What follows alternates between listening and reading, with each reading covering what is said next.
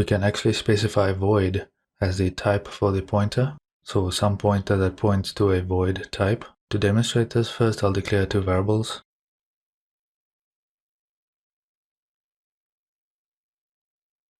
Right, then let's do some void pointer. I'll initialize that to the address of I. I can go and change that, so I can set the pointer to point to D, which is now a double, and this will work fine. So this is useful if you don't know what that pointer is going to point at.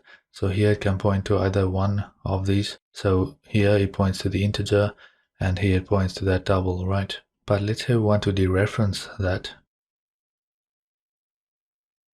If we want to read or write from that now, we'll get an error. The expression must be pointed to a complete object type. And so because it's void, the compiler doesn't know what the type is. Of course, you can try and build that.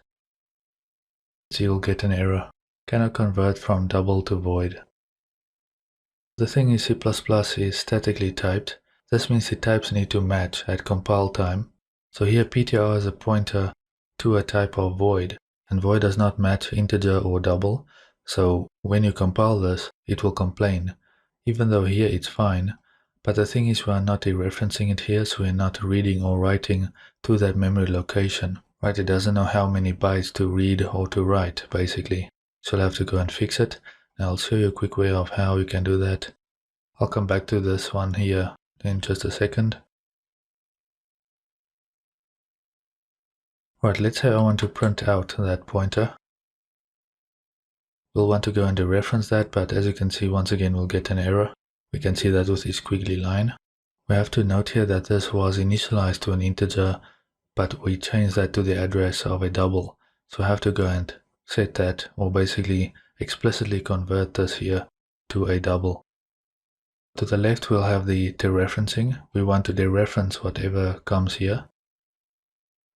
Pointer to a double, and once that is done, then we go and dereference whatever we get from that. Pull and run that, and you'll see this works fine.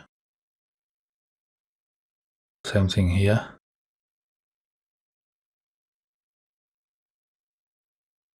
And that will now change successfully to 5.5. So the syntax might seem a bit weird. There are different types of conversion, so you have casting as well. We'll discuss casting in a bit more detail later, but we've talked about conversion in the first module. So here we have the pointer itself. This is the variable name. We want to dereference that, so let's just remove the dereferencing here for a second. We want to convert this to a pointer. It's still going to be a pointer. It's not going to be a regular type, right? So it's a pointer to a double. Once we have that converted, we want to dereference that. So that's why we do it that way. I'll actually go and remove that line.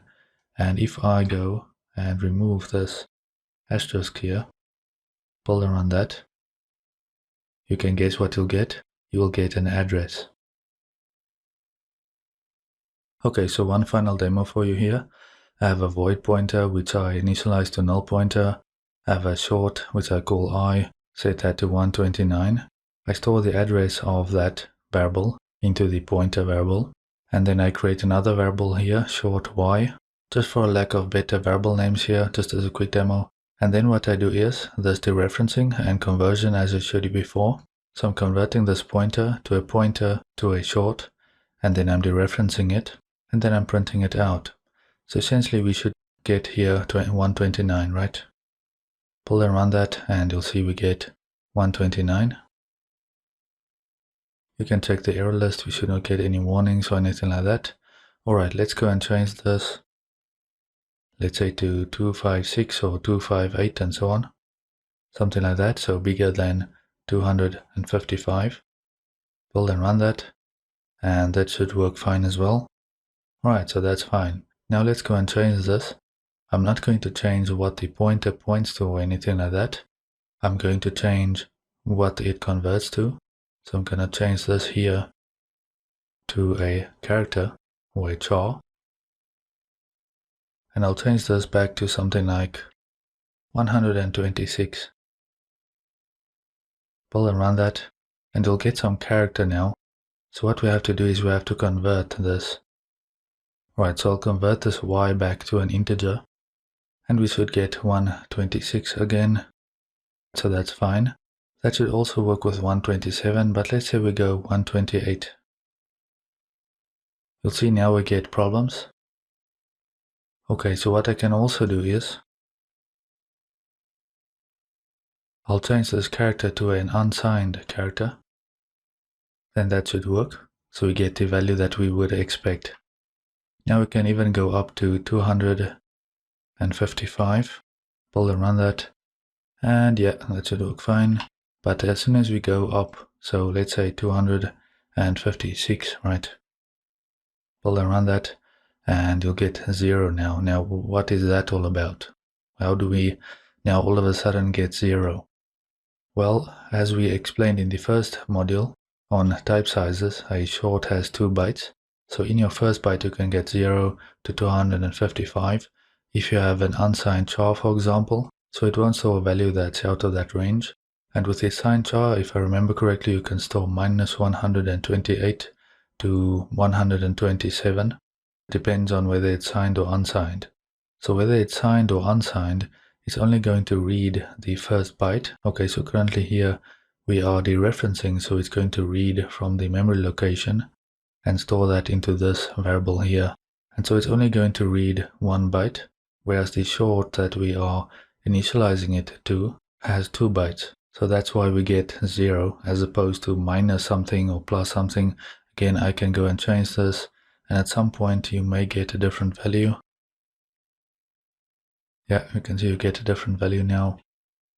So it all depends on how it stores this value here in binary. So this is a reason why C++ is statically typed, and why you want to make sure that your pointers are initialized to a type that the compiler can basically compare at compile time. Short or something like that, right? And so that in that case, it'll give you an error if you do not have the correct assignments.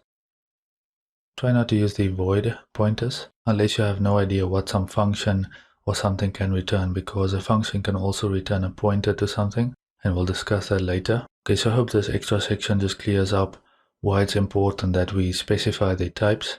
And while in some cases the void pointer can be useful, it's important for the compiler to know at compile time what your types are going to be, so it can kind of compare your types. And if there is a conflict, so that it can warn you, hey, you're going to lose some data, right? You're converting from a floating point to an integer, for example, or something like that. You're going to lose data. I don't want to spend too much time on void pointers, mainly because you only use them if you really need to. So if you do not know the type that it'll be pointing at. And for the most part, I prefer it to be explicit anyway. That's why I also don't use auto all that much, the auto keyword.